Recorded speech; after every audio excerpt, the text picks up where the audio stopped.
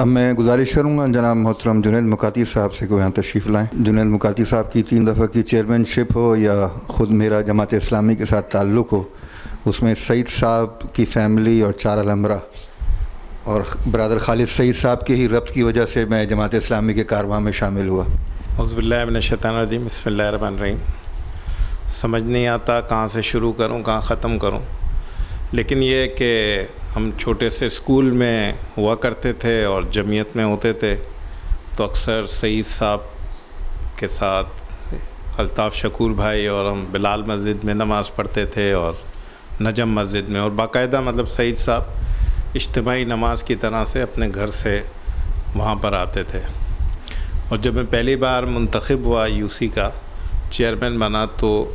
ہمارا بڑا اہم مسئلہ تھا، شیرپاؤ بستی کے اندر ایک بہت بڑا نالہ تھا جو بیچ آبادی سے گزرتا تھا۔ وہ نالہ اس ٹائم پر 2001 میں 15 لاکھ روپے میں بنا تھا، تو اس میں سعید صاحب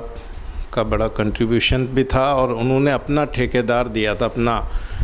کانٹریکٹر دیا تھا بندہ جو اس کو مانیٹر کرتا تھا۔ اور آج 22 سال ہو گئے، وہ نالہ الحمدللہ قائم ہے، مطلب 22 سال کے بعد بھی آج وہ نالہ زبردست ہے۔ اور وہ نالہ صرف نالہ نہیں ہے، اگر آبادی کے بیچ میں تھا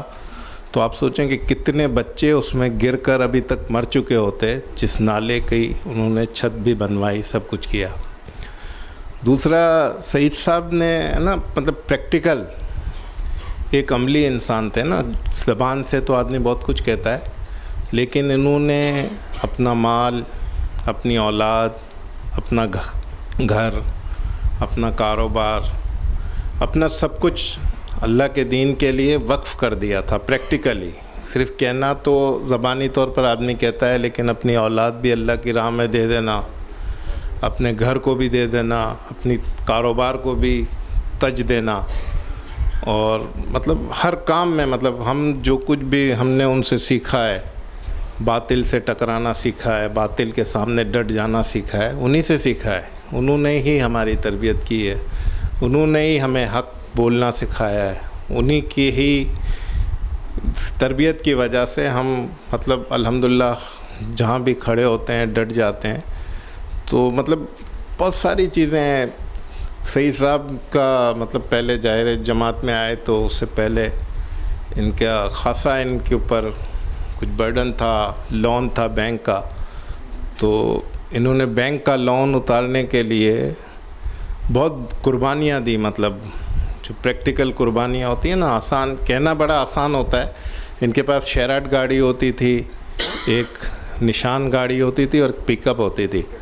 تو وہ گاڑیاں انہوں نے یوز کیں، حالانکہ ان کا یہ سٹینڈرڈ تو نہیں تھا، لیکن وہ بس ان کے ذہن میں آ گیا کہ اب یہ لون اتارنا ہے، تو انہوں نے اتاری۔ پھر ان کی گاڑی چوری ہوئی، مطلب جماعت کی وجہ سے مجھے یقین ہے کہ چوری ہوئی۔ کاروان دعوت و محبت تھا، تو وہاں پر ہے نا کاروان دعوت و محبت تھا، اس میں ان کی پک اپ جا رہی تھی اور وہ آخری میں تھی، تو آخری میں MQ والوں نے روک لیا، وہ گاڑی بھی برابر کر دی۔ تو اس طرح کی بہت ساری چیزیں ہیں جو مطلب ایک پریکٹیکل انہوں نے کی ہے۔ ان کی فیکٹری پر بھتہ نہ دینے پر فائرنگ کی گئی، مطلب کہنا بڑا آسان ہوتا ہے، لیکن پریکٹیکلی اس کو فیس کرنا، اور MQM کی بدمعاشی اور اس کی غنڈہ گردی اور اس کی فائرنگ اور اس کی بتہ خوری، اس کے سامنے کھڑا ہونا، یہ ایک بہت پریکٹیکل بڑا مسئلہ ہے، کہنا تو آسان ہے۔ بہرحال اللہ تعالیٰ ان کی مغفرت کرے، اور اگر ہم واقعی صرف باتیں نہیں کرتے اور ان سے سچی محبت کرتے ہیں، تو جس طرح اپنے والدین کی مغفرت کے لیے دعا کرتے ہیں، ہر دعا میں ان کو شامل رکھیں، جس طرح اپنے بڑوں کے لیے کوئی نیک کام کرتے ہیں، اسی طرح ان کا بھی نام لیں اس نیک کام میں، نوافل پڑھیں ان کے لیے۔ تو انشاءاللہ انہوں نے واقعی پریکٹیکل اپنی پوری زندگی اللہ کے دین کی سربلندی کے لیے لگائی۔ اللہ تعالی ہمیں بھی اپنی زندگی اللہ کے دین کی سربلندی میں لگانے کی توفیق دے۔ شکریہ۔